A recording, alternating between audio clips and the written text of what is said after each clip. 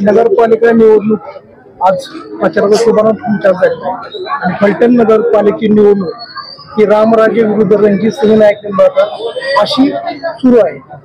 काय सांगाल आज प्रभाग 2 मध्ये प्रचार सुरू? मी असं सांगेन, सर्वप्रथम तर माझ्या सगळ्या उमेदवारांना खूप खूप शुभेच्छा.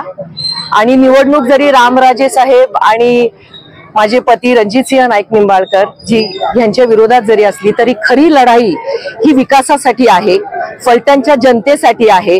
आणि आम्ही सगळेजण शमशेर दादांच्या बरोबर ही 27 जणांची जी टीम आहे ही फलटणच्या विकासासाठी काम करणार आहे. ही लढाई जनतेसाठी आहे. परत एकदा सांगते, ही कुठल्याही घराण्यातली लढाई नाहीये. आणि नाईक निंबाळकर असणं हे एक जबाबदारीचं काम आहे. लोकांच्या जनतेच्या अपेक्षांचं ओझं आमच्यावर आहे. आणि नक्कीच शमशेर दादा आणि आमच्या बरोबर असलेले सगळेच ज्येष्ठ म्हणजे तात्या असतील, भोसले साहेब असतील, खर्डेकर साहेब असतील, एक अनुभवाचं गाठोड आमच्या सोबत आहे. आणि निश्चितच या विकासासाठी ही सगळी 27 जणांची टीम शमशेर दादांच्या बरोबर जोमानं आणि त्यांना लागेल ते सगळं सहकार्य आम्ही त्यांना देणार आहोत. आणि सगळ्याच पद्धतीनं फलटणच्या विकासासाठी जरूर काम करेल. विकासाचे कोणते मुद्दे घेऊन तुम्ही या निवडणुकीमध्ये उतरणार किंवा मतदारांना अपील करणार आहात?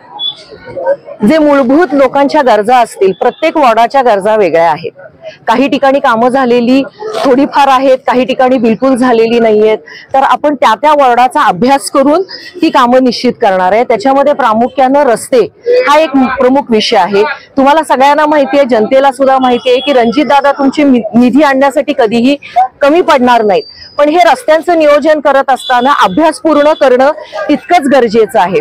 जसं की अभ्यास ह्यासाठी म्हटलं की एक टेक्निकल टीम सोबत आपल्या आहे, जी ह्या सगळ्या आपल्या उमेदवारा जेव्हा नगरसेवक होतील तेव्हा त्यांना मार्गदर्शन करतील.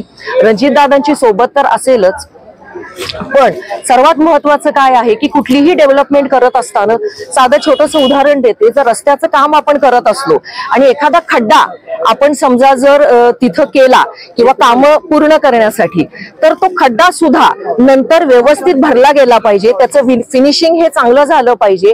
आणि तिथले नागरिक स्थानिक त्यांना विश्वासामध्ये घेऊन त्यांची कुठेही गैरसोय होणार नाही, त्यांच्या दैनंदिन जीवनामध्ये कुठं अडथळा होणार नाही, ते काम पण प्रामुख्याने लक्ष देऊन करणं गरजेचं आहे. जर पाईपलाईनचं काम असेल, पाण्याचा प्रश्न आपल्याला जर मार्गी लावायचा असेल, त्याचाही अभ्यासपूर्ण काम करणं गरजेचं आहे. कुठे चढ आहे, कुठे उतार आहे, त्याप्रमाणे पाईपलाईनचं काम सुद्धा तितक्याच अभ्यासपूर्ण पद्धतीनं स्लोप मेंटेन होतील. आणि पाण्याचा पुरवठा हा वेळेत चांगला आणि महिलांच्या सोयीचा त्यांचे वेळेचं नियोजन करून असावा अशी आमची इच्छा आहे. आणि आमच्या महिला उमेदवारांचं जातीनं त्याच्याकडे निश्चित लक्ष राहील. तुम्ही सांगितलं की महिला उमेदवार आहे, या नगरपालिका निवडणुकीच्या अनुषंगाने महिलांचा कोणता प्रमुख मुद्दा घेऊन तुम्ही निवडणूक सांगता? सर्वात महत्वाचं म्हणजे त्यांना घरामध्ये ज्या काही अडचणी असतील, त्यातलं मी एक मुद्दा तुम्हाला सांगितला की पाणी चांगलं येणं गरजेचं आहे, पण वेळेवर येणं गरजेचं आहे. महिलांच्या सोयीच्या वेळेमध्ये येणं फार गरजेचं आहे, त्याच्याकडे आमचं लक्ष राहील. त्याचबरोबर घरातनं त्यांना थोडीशी मोकळीक मिळाली तर त्यांच्या रोजगाराचा प्रश्नही महत्वाचा आहे. त्याच्यासाठी काही आपल्याला नियोजनबद्ध करता आलं तर त्याच्याकडे आमचं लक्ष राहणार आहे. आणि सर्वात महत्वाचं म्हणजे की त्यांना जे जे अपेक्षित आहे आमच्याकडून, ज्या शासनाच्या योजना आहेत, तर सगळेच नगरसेवक त्या शासनाच्या योजना आणि फक्त योजना त्यांच्यापर्यंत न्यायच्या नाहीयेत, तर त्याच्यासाठी जी कागदपत्रांची पूर्तता करावी लागते ती सुद्धा जबाबदारी ह्यांच्यावर सगळ्यांवर असणार आहे. ती जबाबदारीने पार पाडून, भलेही त्यांचं शिक्षण कदाचित कमी जास्त असेल, आता सगळं ऑनलाईन झालेलं आहे, ऑनलाईन भरत असताना त्यांना कुठलीही अडचण येणार नाही अशी मदतीचा हात त्यांना देऊन त्या योजना तळागाळापर्यंत गोरगरीब जनतेपर्यंत पोहोचवण्याची आमचं पहिलं टार्गेट आहे. प्रभाग 2चा शुभारंभ प्रभाग 2 मध्ये तुम्हाला कोणत्या समस्या जाणवतात, त्याच्या माध्यमातून मतदारांकडे जाऊन त्यांना आता ह्या ज्या समस्या आहेत, ज्या 2 नंबर वॉर्ड मध्ये आहेत, जिथे जिथे आमचे उमेदवार इथे उपस्थित असलेले सगळेच जे कोणी इथं आहेत, नुसते उमेदवारच नाही तर आमच्या गटातली जेवढी माणसं आहेत, जी नव्याने आमच्या सोबत आहेत, जी जुनी सुद्धा आमच्या सोबत आहेत, ती ह्या जनतेच्या संपर्कामध्ये राहतील. आणि इथल्या ज्या पहिल्या मूलभूत गरजा आहेत त्या सोडवण्यासाठी कटिबद्ध राहतील.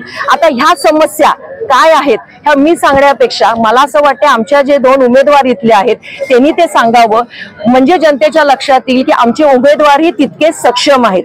त्यांना लागेल ते पाठबळ रणजित दादा, शमशेर दादा आणि सगळे इतर जे ज्येष्ठ आहेत ते निश्चितपणे देतील. तर आमचे जे उमेदवार आहेत त्यांनी त्यांची ओळख करून द्यावी आणि त्यांनी जो विचारलेला प्रश्न आहे, कारण आमच्याकडे महिलांचा तितकाच सन्मान आहे हे सगळ्यांना माहिती आहे आणि त्यांनाही तितकीच मोकळीक मिळणार आहे.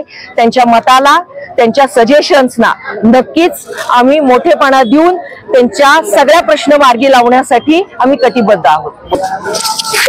सर्वांना आणि आज प्रचाराचा शुभारंभ झालेला आहे आणि तुम्ही एवढ्या गर्दीमध्ये समजू शकता की प्रचार काय पद्धतीने आता होणार आहे आणि इथून पुढे निवडणुकीचं पण तुमच्या लक्षात येईल. काल मी महिलांना भेटले, महिलांनी काही समस्या सांगितल्या. मी येताना बहिणी साहेबांसोबत त्या चर्चा केल्या, तर नक्कीच बहिणी साहेबांनी आम्हाला सांगितलेलं आहे की जिथं जिथं तुम्हाला गरज पडणार आहे महिलांना, जे काही लघुउद्योग असतील घरामध्ये किंवा काही त्यांच्या अडचणी आहेत, काही योजना आलेल्या आहेत, त्या योजना अर्ध्या राहिलेल्या आहेत, त्या योजना पण आम्ही नक्कीच या 3 डिसेंबर नंतर मार्गी लावणार आहे.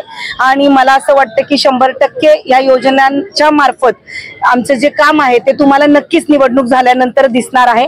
तर मी एवढंच सांगते आणि सर्वांनाच मी आमच्या सोबत एकत्र काम करावं याची मी सगळ्यांना विनंती करते. धन्यवाद.